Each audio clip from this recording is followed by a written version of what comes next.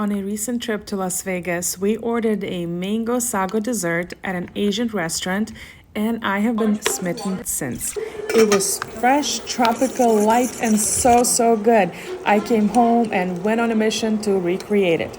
It starts out by cooking sago. Here's how you make it.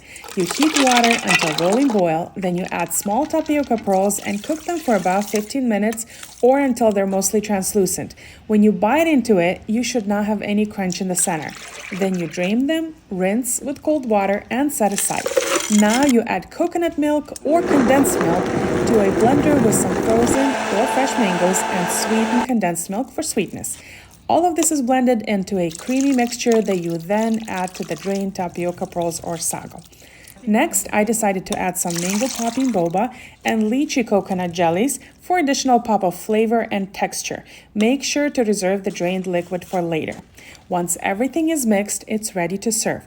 If you're serving right away, cut up more sweet and juicy mangoes and add them right into the bowl, or layer them in the glass, alternating the mango sago and fresh mangoes. This mango sago can be prepared ahead and refrigerated until needed. Use the reserved liquid from the popping boba and the jellies reserved earlier to thin it out if needed. I hope you give it a try and let me know in the comments if you had this before or if you make it.